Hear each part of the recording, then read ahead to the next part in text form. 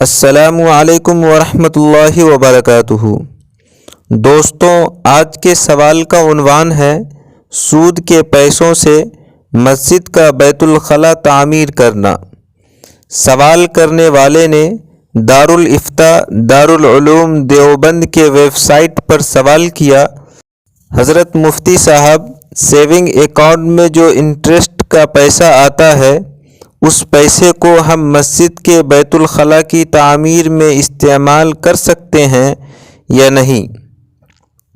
جواب یہ آیا، بینک کے کسی بھی اکاؤنٹ کا انٹرسٹ مسجد کے بیت الخلاء یا غسل خانہ وغیرہ کی تعمیر میں لگانا جائز نہیں ہے۔ بینک کے انٹرسٹ کا صحیح مصرف یہ ہے کہ بلا نیت ثواب غرباء و مساکین کو دے دیا جائے، اور اگر بینک سرکاری ہو تو اس کا interest income tax, sale tax اور ویٹ ٹیکس وغیرہ غیر شرعی سرکاری ٹیکسز میں بھی بھر سکتے ہیں۔ باقی کسی اور جگہ بینک کا انٹرسٹ نہیں لگ سکتا ہے۔